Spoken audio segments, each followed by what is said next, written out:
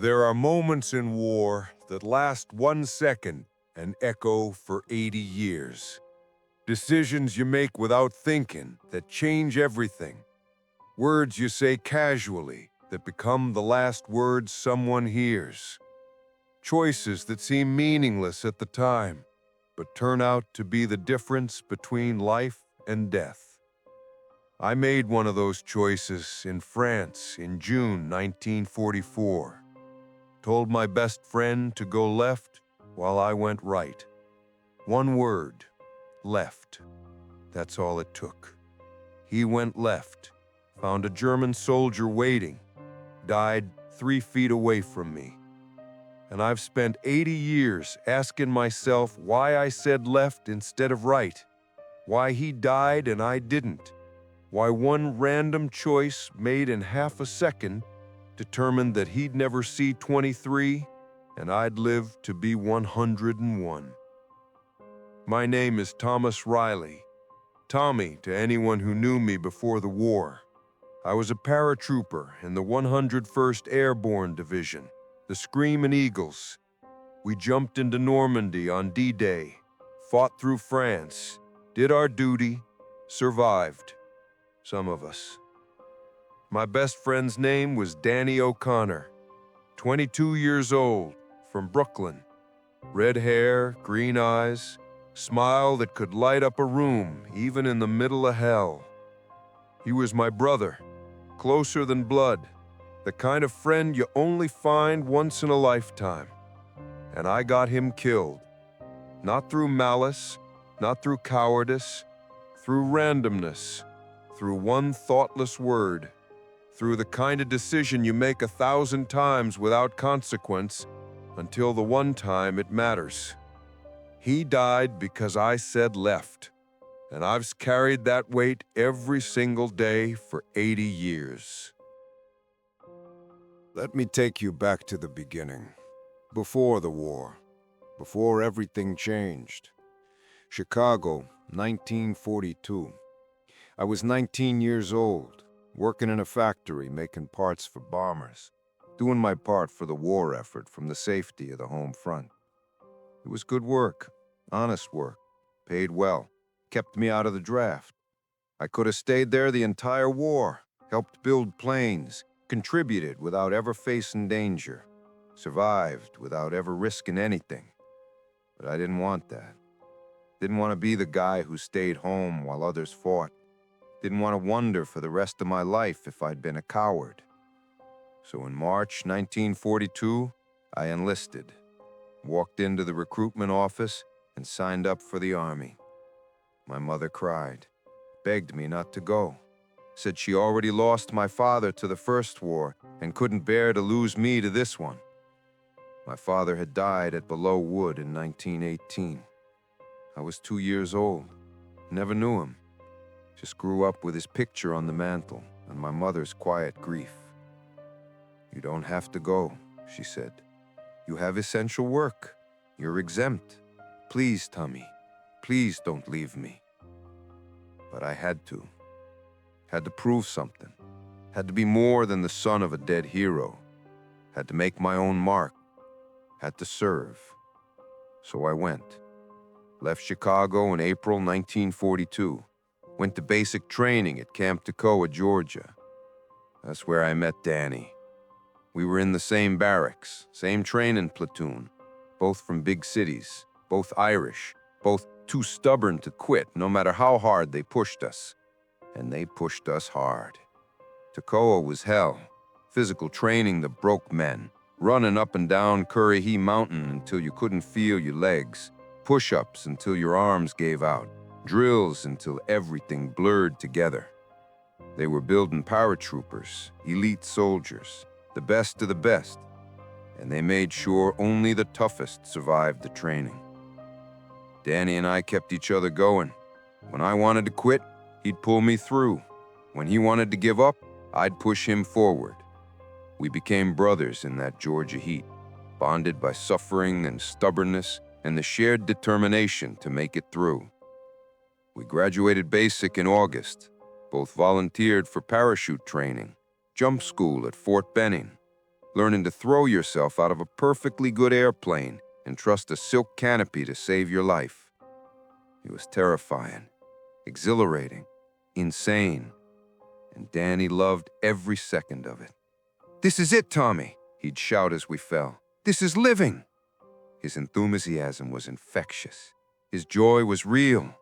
Even in the middle of training that was designed to break us, Danny found reasons to smile, found ways to make us laugh, found light in the darkness. That was Danny.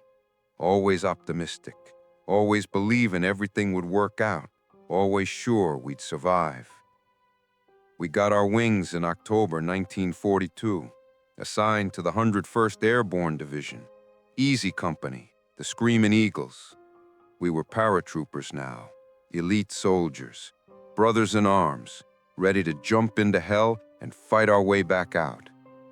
We trained together for another year, jumped together dozens of times, became inseparable. Where you saw one of us, you saw the other. Tommy and Danny, the Irish twins, they called us. Even though we looked nothing alike and weren't related by blood, we were family anyway. The kind of family you choose, the kind that matters more than blood. We shipped out to England in September 1943, prepared for the invasion everyone knew was coming. We didn't know when, didn't know where, just knew that eventually we'd be jumping into occupied France. Knew that the training was over and the real war was about to begin. Danny wrote home constantly, letters to his mother in Brooklyn, to his two younger sisters. He'd read parts of them to me sometimes. Stories about training, about the English countryside, about how much he missed home, but how proud he was to serve. "You think we'll make it through?" he asked me one night.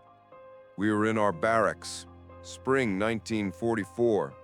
D-Day was coming soon. Everyone could feel it. "Sure," I said, trying to sound confident, trying to believe it. "We've made it this far. We're good soldiers. We watch each other's backs. We'll be fine." "Promise?" he asked. And I did something stupid, something I'd regret for the rest of my life. I promised. I promised, Danny. We'll both make it home. We'll walk down Brooklyn together after the war, get a beer, celebrate. I promise. He smiled, believed me, trusted me. "Okay, Tommy, I'm holding you to that. Brooklyn, after the war, you and me." That promise haunted me, because a month later, I broke it. June 6th, 1944, D-Day.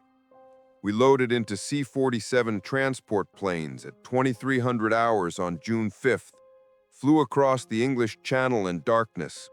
Destination, Normandy.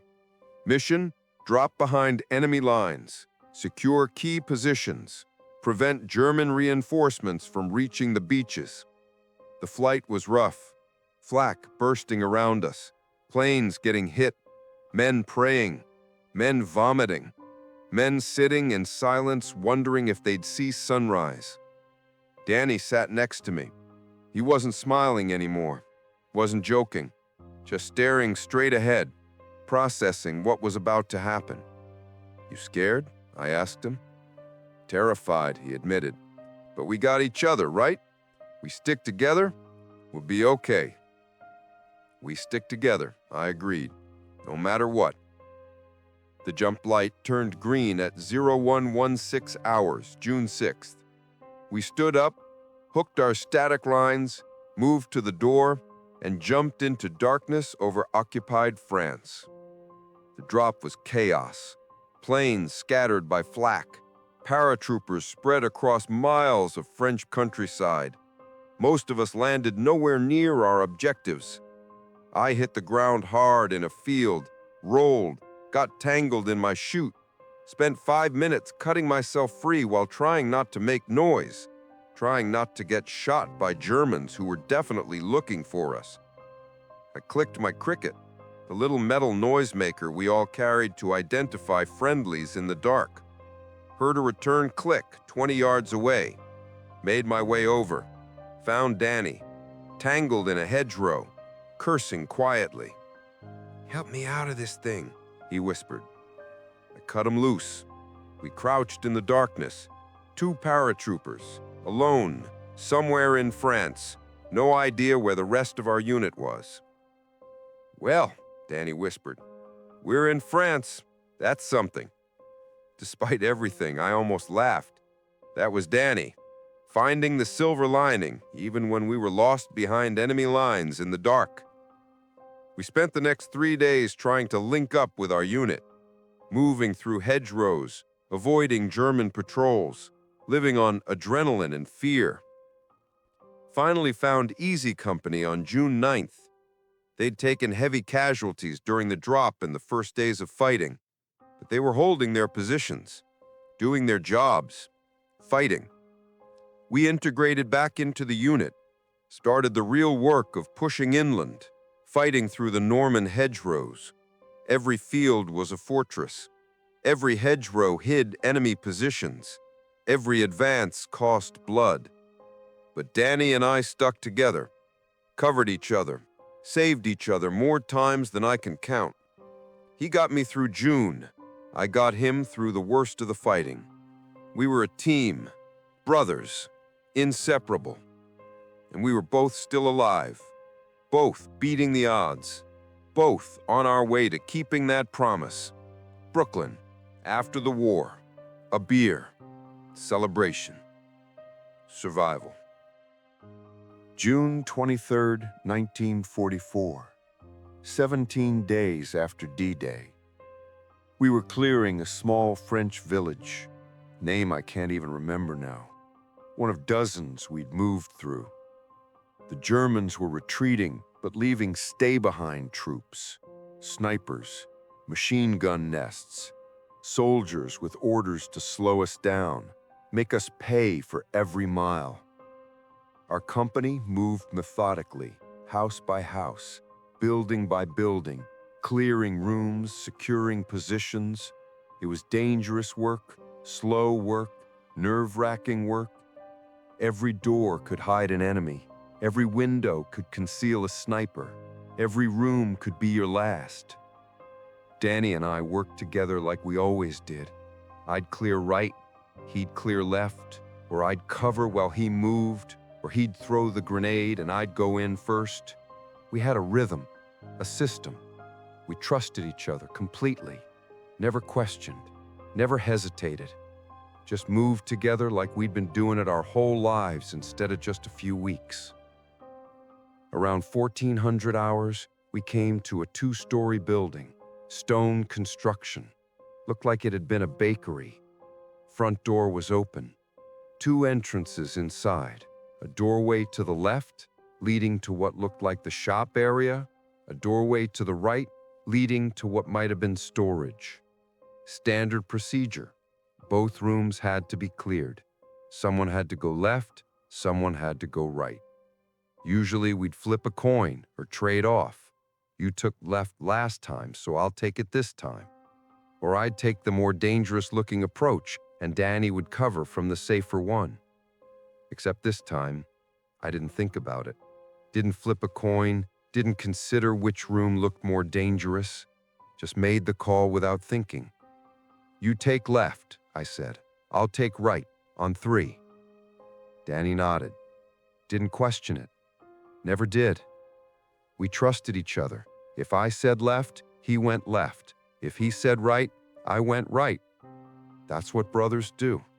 They trust. 3 seconds. That's all the time I spent making that decision. 3 seconds that determined everything that came after. We stacked on the doorframe. Danny on the left side, me on the right. Both of us ready. 1, I counted. 2, 3. We breached simultaneously. Him left, me right. My room was empty, just old storage cells, barrels, sacks of flour rotted from rain coming through a hole in the ceiling. Nothing. Clear. Safe. I turned to call the clear, to tell Danny we were good, to move to the next building. That's when I heard the shots. 2 of them. Sharp cracks. M1 Garand rifle fire, but not ours. Carabiner 98K, German, coming from Danny's room. Time stopped. I ran, 3 steps to his doorway, burst through, saw Danny on the floor, blood spreading.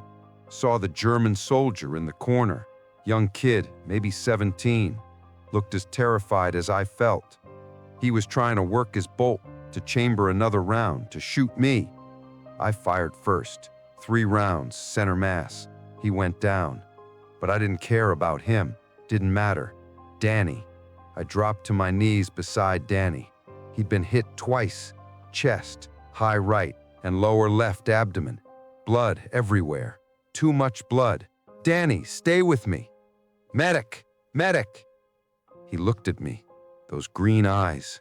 Not scared, just surprised, confused. Tommy, he said, voice weak, bubbling. I'm hit. I know. Medic's coming. You're gonna be okay. Just hold on. But I could see he wasn't gonna be okay. Could see the life leaving his eyes. Could see that I was losing him. Tell my ma, he started, coughed, blood on his lips. Tell her I loved her. Tell my sisters. You'll tell them yourself, I said, crying. You're gonna be fine. You're gonna make it. We promised, remember? Brooklyn, after the war, you and me. He smiled, actually smiled. Even dying, even bleeding out on a French floor 3 feet away from me, Danny smiled. Brooklyn, he whispered.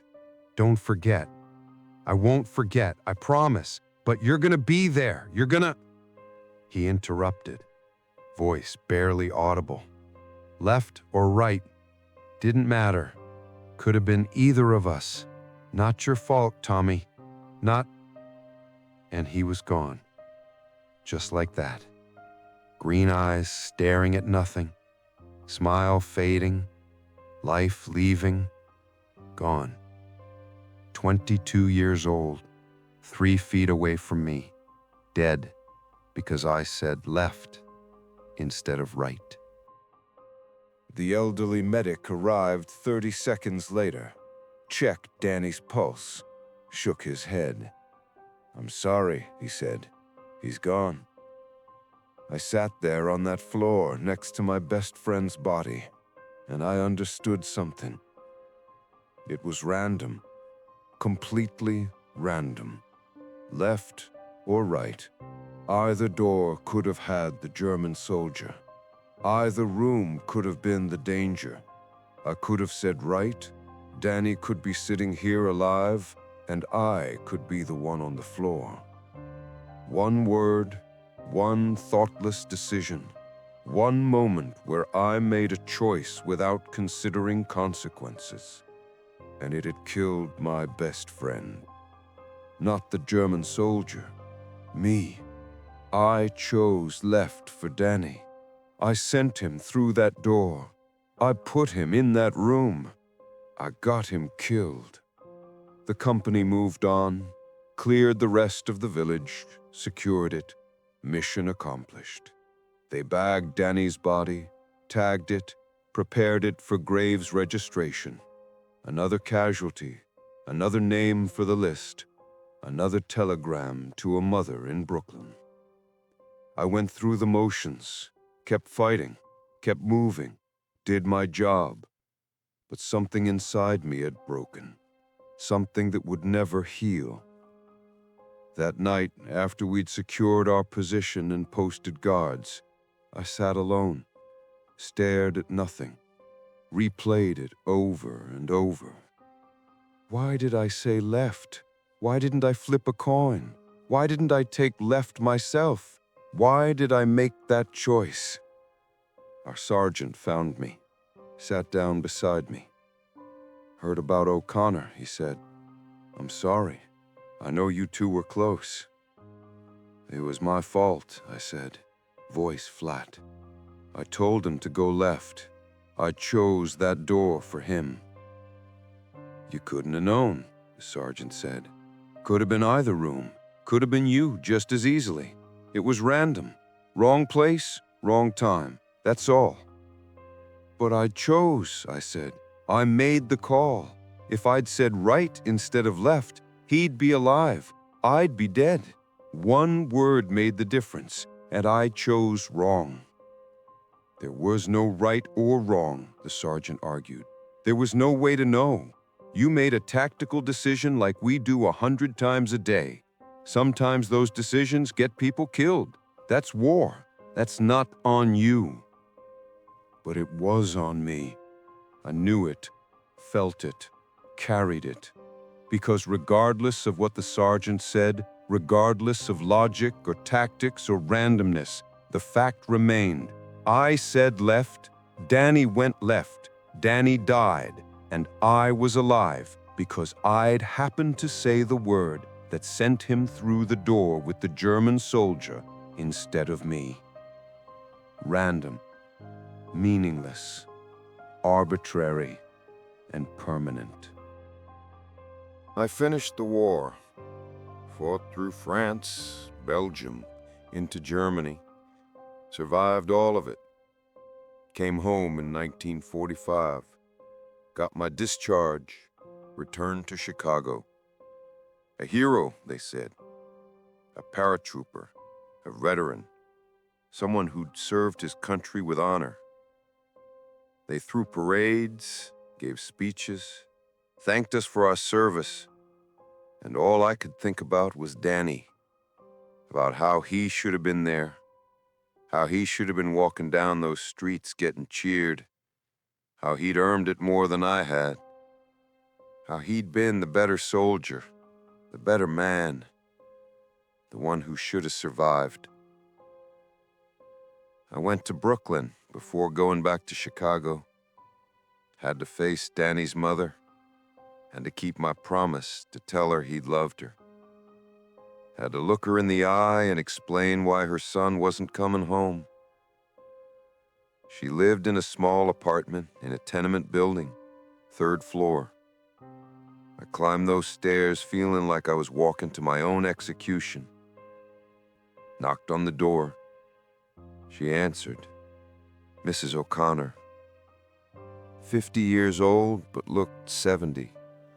Gray hair, tired eyes, eyes that had already cried all the tears. You're Tommy, she said. Not a question, a statement. She knew who I was. Danny had written about me. Yes, ma'am, I said. I served with Danny. I was there when... I couldn't finish. She nodded. Already knew. Had gotten the telegram weeks ago. Come in, she said. I sat in her kitchen. She made tea. We sat in silence for a long time. Finally, she spoke. Tell me about my boy, she said. Tell me about Danny at the end. And I did. Told her everything. How brave he was, how he'd kept our spirits up, how he'd saved my life more times than I could count. How he'd been smiling even when we jumped into Normandy. How he'd been the best soldier, the best friend, the best man I'd ever known. I didn't tell her about the choice, about left or right, about how one word from me had determined her son's fate. Couldn't tell her that. Couldn't make her carry that weight. Was he scared at the end? No, ma'am, I lied. It was quick. He didn't suffer. And his last words were about you and his sisters. He wanted you to know he loved you. That part was true. The only true part. She cried then. Quiet tears. Decades of Irish strength keeping her composed even while her heart shattered. Thank you for being his friend. Thank you for being there. for making sure he wasn't alone. But that's exactly what I'd done.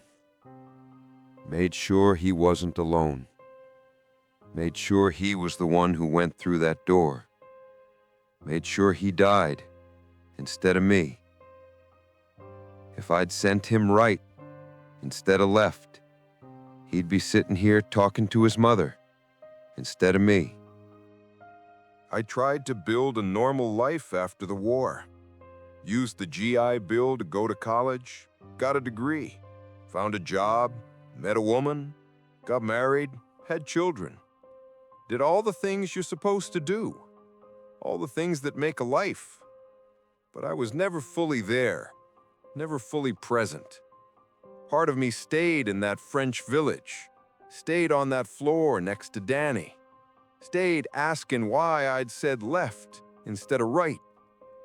My wife noticed. "You have nightmares," she said one night. We'd been married 3 years. "You wake up screaming, calling a name. Danny. Who's Danny?" I told her.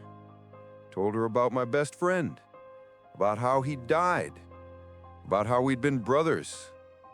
But I didn't tell her about the choice, about the guilt, about the weight I carried. How could she understand? She hadn't been there, hadn't made that choice, hadn't watched her best friend die because of one word. She tried to help, said I should talk to someone, said carrying grief was normal, but this seemed like something more. Said maybe there were other veterans who felt the same way. But I couldn't talk about it, couldn't share it, couldn't admit that I was alive because I'd made a random choice that killed my best friend. So I carried it alone, went through the motions of life, worked, raised children, grew older, all while carrying the weight of one word, left. The marriage lasted 20 years. She tried. God, she tried. But you can't love someone who's not really there. Can't build a life with someone who's living in the past. Can't compete with ghosts. She left in 1965. Found someone else. Someone whole. Someone present. Someone who could give her what I couldn't. I didn't blame her. I'd been a ghost in my own life for 20 years. She deserved better. Deserved someone who could be there fully. Not someone haunted by a choice made in 3 seconds, 80 years ago. My children grew up barely knowing me. I was there physically, provided for them, gave them what they needed materially, but emotionally, I was absent, distant, unable to connect. Because how do you connect when you're not sure you deserve to be alive? When you know your survival came at the cost of someone better?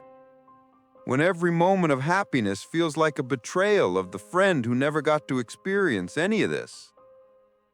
They're grown now, have their own families. We're not close. They send cards on holidays, call on my birthday, but there's no real relationship. I'm a stranger to them, the distant father who was never really there. Another casualty of that choice. Another cost of one word, left. I went back to France in 1984, 40 years after D-Day. They were having ceremonies, remembering the invasion, honoring the fallen. I'd never gone back, never wanted to face it, but something pulled me, some need to return, to see it again, to try to understand. I found the village, took some searching. It had been rebuilt. The destroyed buildings were restored. The bakery where Danny died was a home now. Family living there. Children playing where my best friend had bled out. I stood outside for an hour, trying to work up the courage to knock, to ask if I could see inside, to stand in that room again. Finally knocked. An elderly Frenchwoman answered. I explained who I was, what had happened there 40 years ago. She invited me in. The layout was different now. Walls had been moved, rooms reconfigured, but I could still tell where it had been, could still see where the two doorways had stood, left and right, where Danny and I had stacked, where I'd made the choice. Many soldiers died here, the woman said in broken English. During the liberation, we are grateful. We remember them. She showed me a small memorial in the garden, names of soldiers who'd fallen in the village. Danny's name was there. PFC Daniel O'Connor, 101st Airborne, June 23rd, 1944, age 22. Seeing his name carved in stone made it real again, made it permanent. He was gone, had been gone for 40 years, would never come back. And I was standing there looking at his name because I'd said left instead of right. Did you know him? The woman asked, seeing my tears. He was my best friend, I said. My brother, the best man I ever knew. I am sorry for your loss, she said. The liberation cost much. We do not forget. But she didn't know, didn't understand. The Germans hadn't taken Danny from me.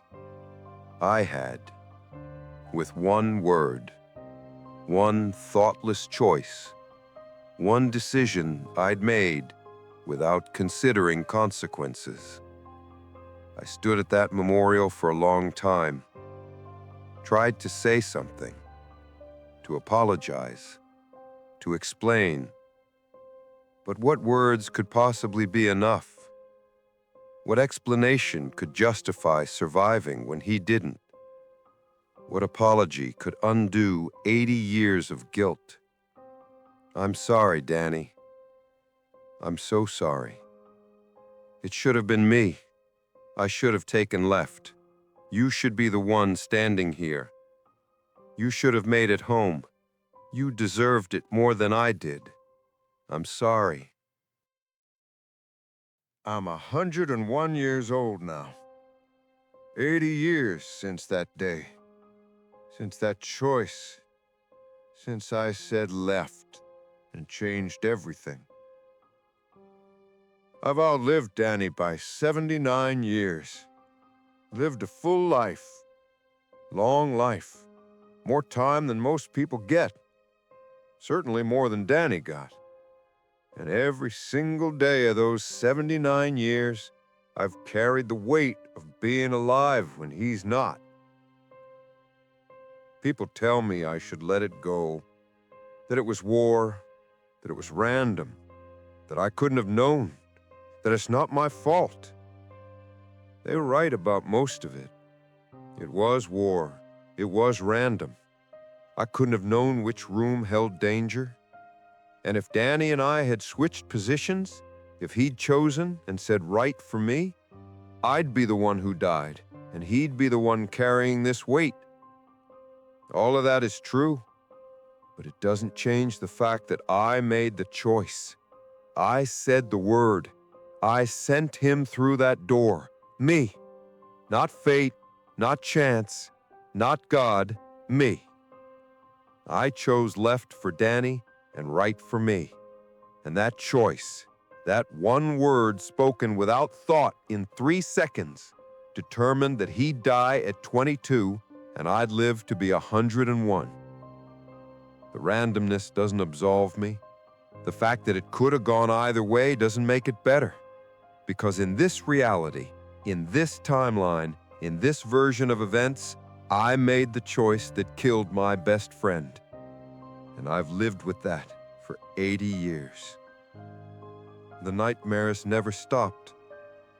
Every night, I'm back in that village, back at that doorway, back making that choice.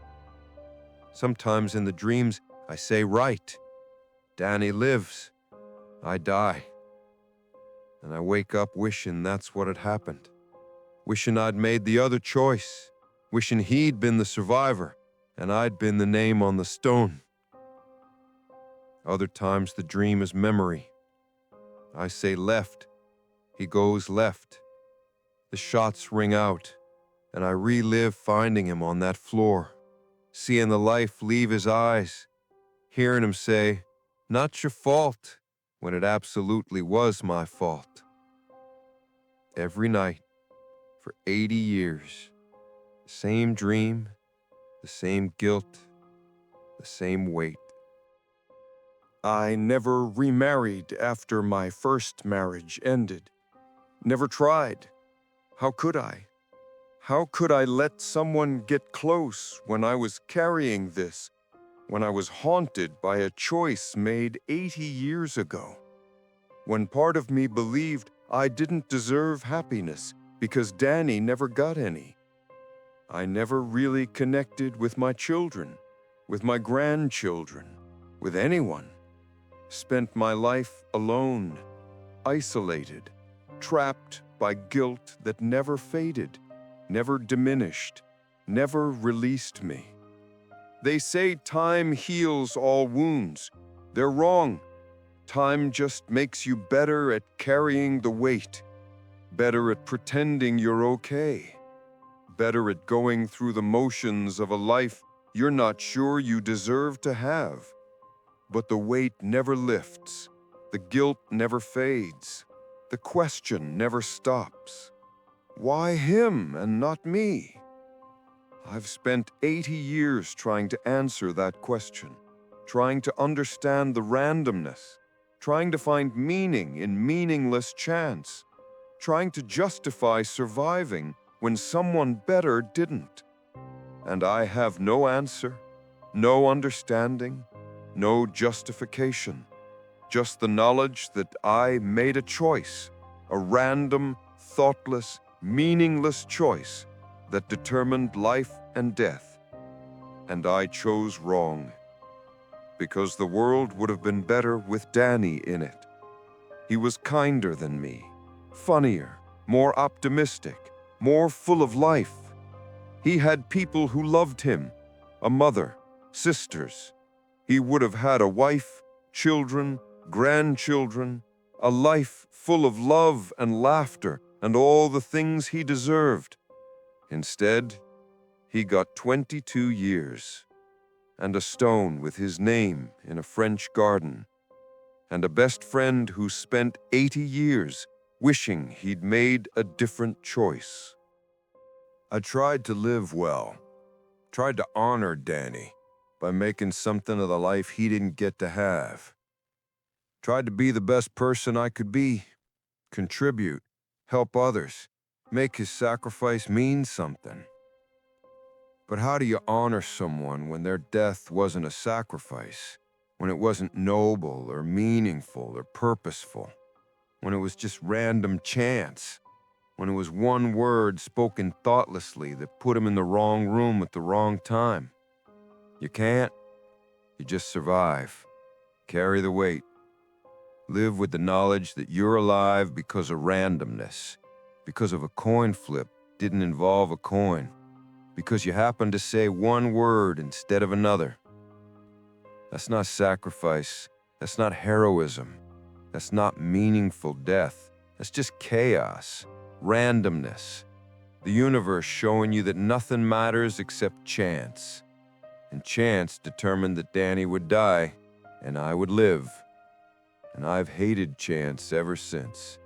Every random event, every meaningless occurrence, every moment where things could go either way and it's just luck that determines the outcome. I see Danny in all of it. See the randomness that took him. See the proof that nothing is fair or just or meaningful. We're all just one word away from life or death, one thoughtless choice away from everything changing, one moment of chance away from being the one who survives or the one who doesn't. That's what I learned in that French village. That's what Danny's death taught me, that life and death are random. that the universe doesn't care who deserves to live or die, that good people can be taken by chance while lesser people survive. That's the real lesson of war. Not honor, not duty, not sacrifice, just randomness and the weight of surviving it. I visited Danny's grave once. Not in France, in Brooklyn. His body was returned after the war, buried in a cemetery in Brooklyn with military honors. I went there in 1995, 50 years after the war ended, 51 years after he died. The grave was simple, standard military headstone. His name, his rank, his dates. June 14th, 1922 to June 23rd, 1944. 22 years. That's all he got. 22 years of life. And I'd had 75 at that point. Would have more. Would outlive him by almost 80 years. Because I said right for myself and left for him. I stood at that grave trying to find words, trying to explain, trying to apologize. But what could I say? I'm sorry I said left instead of right? How pathetic would that sound? How meaningless? How inadequate? But it was the truth. The simple, terrible truth. I was sorry. Sorry I'd made that choice. Sorry I'd sent him through that door. Sorry I survived when he didn't. Sorry I'd lived 80 years he never got. Sorry I'd had experiences and moments in life that should have been his. I kept the promise, I finally said, voice shaking. I came to Brooklyn. I'm here. I know you're not here to have that beer with me, but I'm here. I came, like we said. It was pathetic, talking to a stone, to bones in the ground, to a man who'd been dead longer than he'd been alive. But I had to say it, had to try, had to acknowledge that I'd kept half the promise, the meaningless half, the half that didn't matter because Danny wasn't there to keep his half. I'm sorry, I said. I'm so sorry, Danny. It should have been me. I should be in the ground and you should be standing here. You deserved to live. You were better than me, kinder, more full of life. You had people who loved you. You would have done something with your life, something meaningful. Instead, you got 22 years in a grave because I said one word without thinking.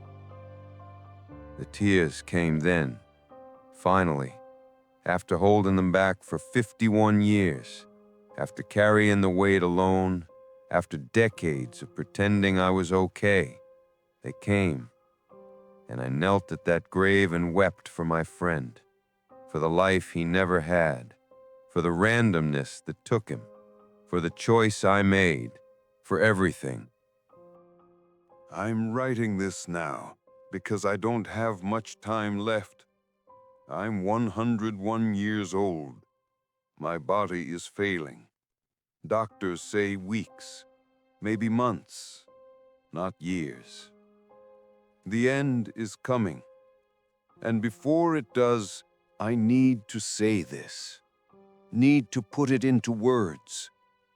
Need to confess. I survived, and my friend didn't. And it was my fault. Not because I did something wrong. Not because I was a coward. Not because I failed him. But because I made a random choice that happened to send him into danger and me into safety. Left and right, 2 words, 2 doors. One had a German soldier waiting, one didn't.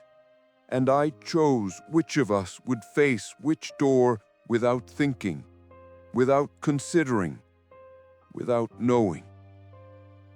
That's what haunts me. Not that I made a wrong decision, but that I made a meaningless one. That life and death were determined by something as random as which word came out of my mouth first. That Danny died because I happened to say left instead of right. If someone had asked me to defend the choice I couldn't have, there was no reason, no tactical consideration, no thought process, just a word, a random word, and that word killed my best friend. People tell me it's not my fault, that I couldn't have known, that it was just bad luck, war, chance, randomness. And they're right. Intellectually, I know they're right. But knowing doesn't change feeling. Understanding doesn't erase guilt. Logic doesn't lift the weight. Because regardless of what I know, I feel the truth. I chose. I spoke. I sent Danny through that door, and he died because of it. That's the weight I've carried for 80 years. Not the weight of making a wrong decision, the weight of making a random one that happened to have permanent consequences, the weight of surviving chance, the weight of being the one who lived when someone better died. And I'll carry it until I close my eyes for the last time. Carry it to whatever comes next. Carry it to Danny, if there's somewhere we go to face the people we've wronged. And maybe there I can finally say what I wanted to say for 80 years. I'm sorry, Danny. I'm sorry I said left. I'm sorry you died. I'm sorry I lived. I'm sorry for everything. I think about that moment constantly. Replay it endlessly. Imagine all the different ways it could have gone. If I'd said right for Danny and left for me, he'd be alive. I'd be dead. His mother would have had her son back. His sisters would have had their brother. He'd have married, had children, lived a full life, and I'd be a name on a stone, a memory.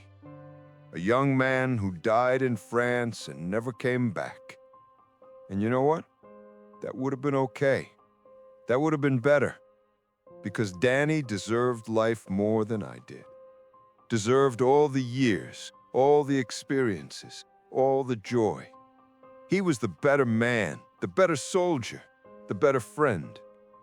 If one of us had to die, it should have been me. But I didn't make that choice. Made the random choice, the meaningless choice, the choice that saved me and killed him. And I've spent 80 years living the life that should have been his. Sometimes I wonder if he'd be proud of what I did with it, if he'd think I'd made something worthy of the gift his death gave me. But I didn't. I squandered it. Spent 80 years haunted and distant and unable to connect. Spent 80 years surviving, but not living. Spent 80 years carrying guilt instead of honoring his memory. I wasted the life Danny's death gave me. And that's another failure, another weight, another thing I'll have to answer for when I finally face him again. What did you do with those 80 years, he might ask. Did you live well? Did you love deeply? Did you make something of the gift? And I'll have to admit, no. I survived, but I didn't live. I carried you instead of honoring you. I let guilt consume me instead of celebrating the life you gave me. I failed you again, just like I failed you in that French village when I said one thoughtless word. There's a theory I've heard about alternate realities, about how every choice creates a branching timeline. In one reality, things go one way. In another, they go differently. And somewhere across infinite timelines, every possible outcome exists. If that's true, then somewhere there's a timeline where I said right instead of left, where Danny went through the safe door and I went through the dangerous one, where I died at 21 and Danny lived to be 101, where he's the one writing this, the one carrying the weight, the one wondering why he survived and I didn't. I hope that timeline exists.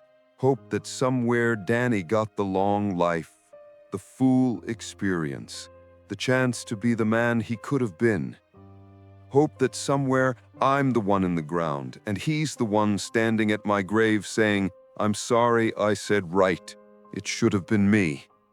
Because he'd carry it better than I have, would honor the survival better, would make something meaningful of the life instead of wasting it on guilt. That's who Danny was. That's who he would have been. Better than me in every way. And I hope that somewhere across infinite realities, that's exactly what happened. That somewhere he survived and I didn't. That somewhere the right person lived. But in this timeline, in this reality, in this version of events, I said left. Danny died. And I've spent 80 years wishing I could go back and make a different random choice. I'm dying now. Can feel it. The end is close. And I'm not afraid. Haven't been afraid since France. Since watching Danny die. Since learning that death is just a moment. Just a breath. Just a transition from life to whatever comes next. I'm not afraid of death. I'm afraid of facing Danny. Afraid of looking him in the eye and explaining why I survived and he didn't. Afraid of admitting that his death was meaningless. That it wasn't sacrifice or heroism or purpose. Just randomness. Just chance. Just one word spoken without thought. What will I say to him? How will I explain? How will I justify 80 years of life he never got? I can't. There's no explanation, no justification, no words that make it better. Just the truth. I said left, you went left, you died, I lived. And I'm sorry. I'm so sorry. I've been sorry for 80 years and I'll be sorry forever. That's all I have. That's all I can offer. An apology for a choice I made in 3 seconds that echoed for 80 years. An acknowledgement that I failed you. That I survived when you should have. That I wasted the life your death gave me. I'm sorry, Danny, for everything. I survived and you didn't. And it was my fault. Not because I wanted it, not because I chose it deliberately, but because I made a random choice without knowing it mattered. Because I said one word without thinking. Because in that moment, in that instant, I happened to send you into danger and myself into safety. That's my confession. That's my guilt. That's the weight I've carried for 80 years and will carry into whatever comes next. I survived, you didn't, and it was my fault.